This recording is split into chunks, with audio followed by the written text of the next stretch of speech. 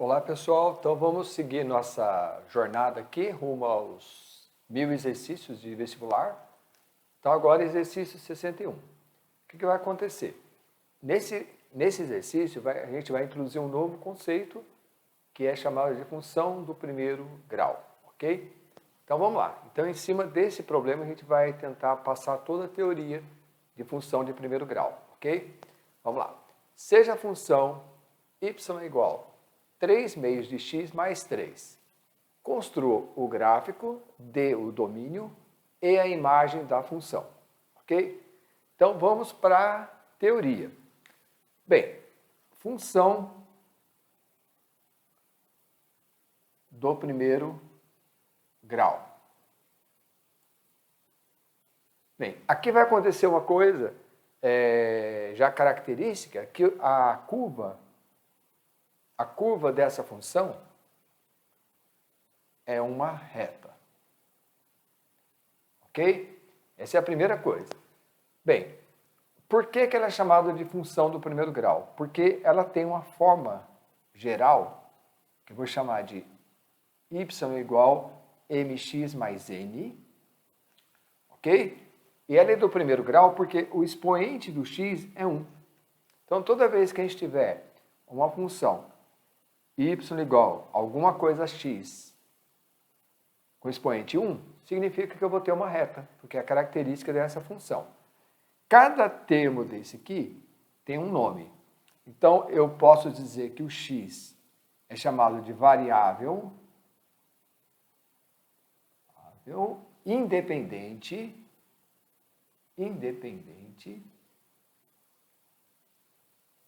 O y ele é chamado de variável dependente.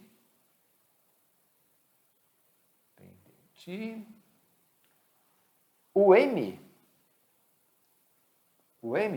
ele é chamado de coeficiente angular.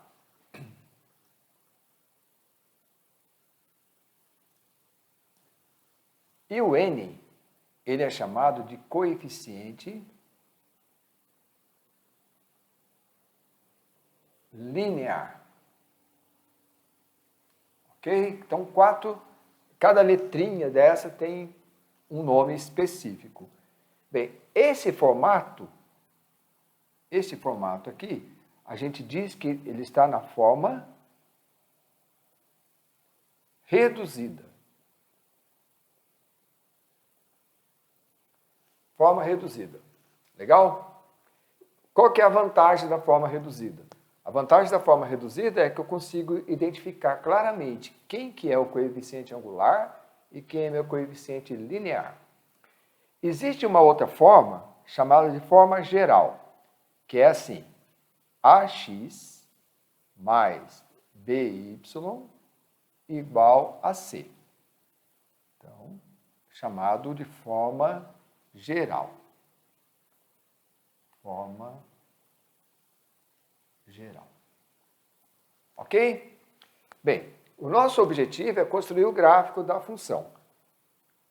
Eu, particularmente, gosto muito de construir o gráfico usando a forma geral. Tá? Já já a gente vai ver isso aí. Beleza? Então, vamos continuar aqui com o nosso resumo.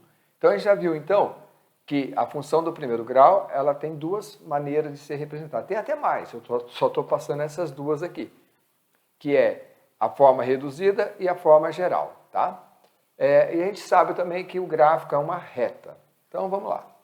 Apagar aqui. E vamos entender uma outra coisa. Vamos supor que eu tenho aqui, então, meu eixo x e meu eixo y. Vamos fazer aqui duas possibilidades. Na verdade, eu vou fazer 3 possibilidades. Y, x, mais uma aqui.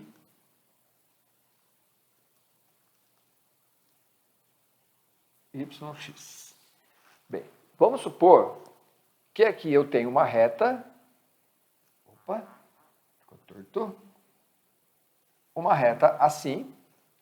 Aqui eu tenho uma reta assim. E aqui eu tenho uma reta, por exemplo, assim. Tá? Observa aqui que essa reta aqui, ela corta o eixo X. Essa reta aqui corta o eixo X. E essa reta aqui não corta o eixo X. Vamos voltar para a primeira. Essa reta aqui, ela corta o eixo Y. Essa reta aqui corta o eixo Y. E essa reta aqui corta o eixo Y. Então, qual que é a característica de cada uma? Bem, da forma geral, da forma reduzida, a gente sabe que a equação, a função ela é y igual mx mais n. Então, quando eu tenho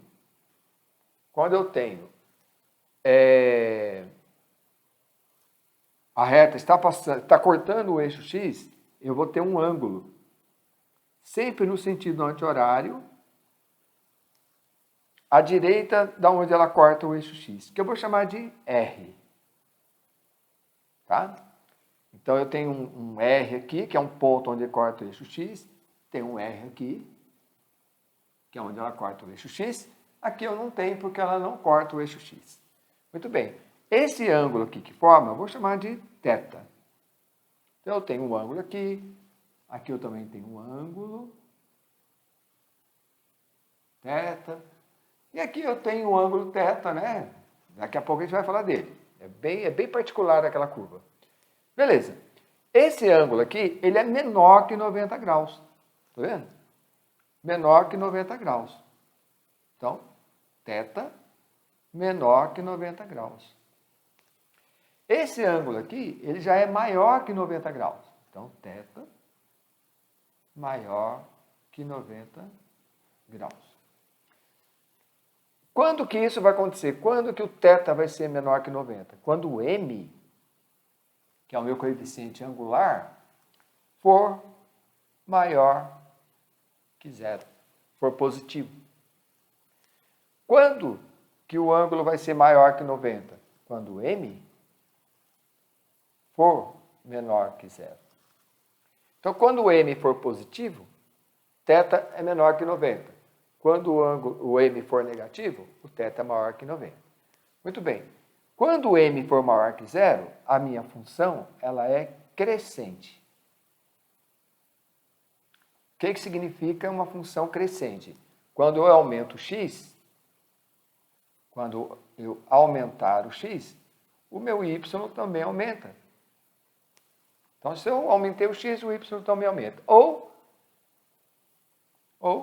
se eu diminuir o x, o y também diminui. Ou seja, eles andam no mesmo sentido.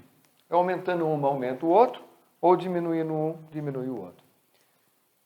Quando o m for menor que zero, ela é decrescente. Decrescente. O que significa isso? Quando o x aumenta, o y diminui. Ou se o x diminuir, o y aumenta.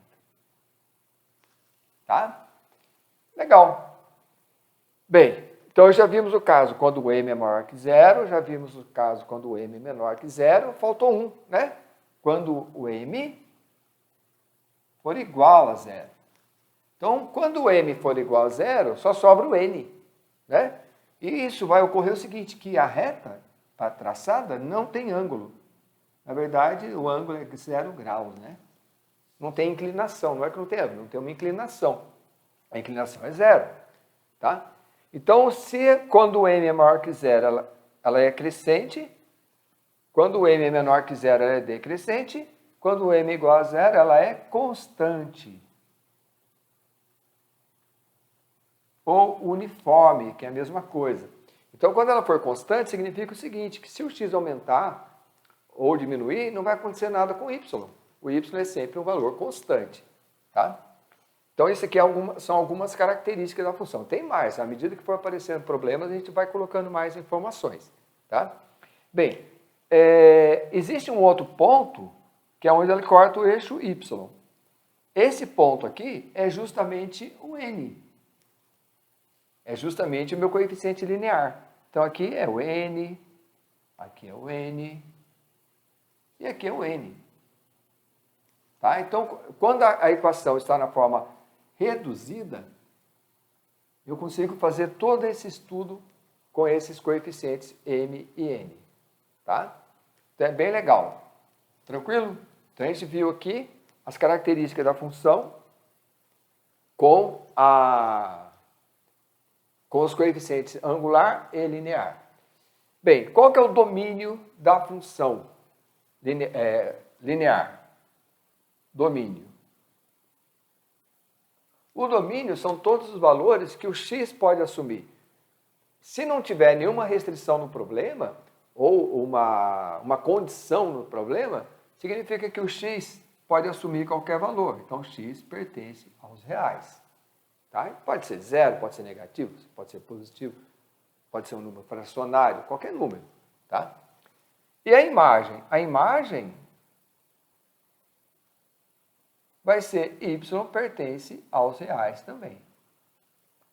Tá? Então, a gente tem domínio da função x pertence aos reais, a imagem da função y pertence aos reais. Tá? Então, é esse que é o nosso primeiro resumo. Ok? Agora, eu vou mostrar como construir o gráfico muito rápido, usando os pontos importantes. Quais são os pontos importantes? Onde ele corta o eixo y, que é o n, e aonde ele corta o eixo x, que eu chamei de r. Esse r vem de raiz, né? Então, raiz ou zero da função é um ponto importante. Então, toda vez que eu tiver que construir um gráfico, nós vamos olhar sempre para os pontos importantes. Beleza? Então, vamos para o nosso problema. Bem, eu vou usar, então, para construir o gráfico, a forma geral, tá? Vocês vão ver que é muito fácil, é muito tranquilo. Então, vamos copiar aqui o problema. Y é igual a 3 meios de x mais 3. Qual é o formato dessa função? Como que ela foi dada? Foi dada na forma reduzida. Reduzida. Que é y é igual a mx mais n. Tá? Olha que interessante. Bem, daqui a gente já sabe, por exemplo, que m é igual a 3 sobre 2, positivo, então é maior que zero, vai ser uma função crescente. E sei também que o n é igual a 3. Então, já sei também onde vai essa função vai cortar o eixo y. Vai ser no 3.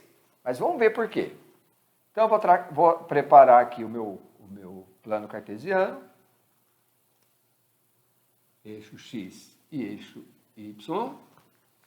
Eu vou agora pegar essa função aqui e transformar ela na função geral, no formato geral. O formato geral, ele é assim, ax mais by igual a c. Eu quero transformar y igual a 3 sobre 2x mais 3 nesse formato aqui. Como que a gente faz isso? Bem, tem uma fração aqui, não tem jeito, então tem que tirar o MMC. O MMC é 2, né? Então, 2 dividido por 1, que está aqui embaixo, é 2 vezes y, dá 2y, igual. 2 dividido por 2 dá 1, vezes 3 dá 3x, mais 2 dividido por 1, 2 vezes 3 dá 6. Agora eu vou trazer o x para cá. Então vai ficar menos 3x mais 2y é igual a 6. Pronto. Coloquei a minha função dada, original lá na forma reduzida, na forma geral.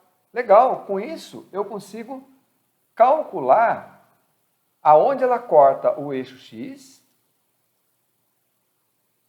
e aonde ela vai cortar o eixo y, que são os pontos importantes. Então é bem simples, olha só. Para eu calcular onde ela vai cortar o eixo x, eu tampo o y. Vamos tampar o y. Então, sobrou o quê? Menos 3x igual a 6. 6 dividido por menos 3 dá menos 2. Agora, eu quero descobrir onde ela vai cortar o eixo y. Eu tampo o x. Tampei o x. 6 dividido por 2 é 3. Olha, eu já sabia, né? Era o 3 mesmo. Tem que cortar no 3. Então, vamos colocar esses pontos aqui. Então, vai ser menos 2 para x e 1, 2, 3 para y. Legal, se eu ligar esses dois pontos, caramba, hein? O vento está forte aqui, né? Está um vento muito forte. Espera aí, deixa eu fazer de novo. Esse ventania aqui, hoje está ventando muito aqui em São José. Então, a gente vai ter aqui esses dois pontos. Vou passar, né? Porque ela é infinita, tanto para cima quanto para baixo. E eu vou traçar a reta. Pronto, está feita a minha reta. Confirma, o A ele é positivo, então a reta é crescente. Observa que esse ângulo aqui, ó, é menor que 90. Esse θ é um ângulo menor que 90. Dá até para calcular. Por enquanto não, depois a gente vai ver isso aí. Como calcula esse ângulo, tá? Não nesse momento. Eu tenho a função crescente, eu consigo achar o domínio, que não tem nenhuma restrição, x pertence aos reais, não tem nenhuma condição nem restrição, e a imagem é y pertence aos reais. Pronto. Então, está feito um gráfico a partir da equação geral ou forma geral. Forma geral. Beleza? Então, é uma introdução para os próximos exercícios que a gente vai ver. Tá? Eu não sei quantos exercícios aparecerão com a função do primeiro grau. É uma parte da teoria, tá? Que a gente viu hoje, que viu nesse problema. Então, mais nos próximos, à medida que for aparecendo, a gente vai colocando mais teoria em cima dela. Beleza? Valeu! Vamos para o próximo.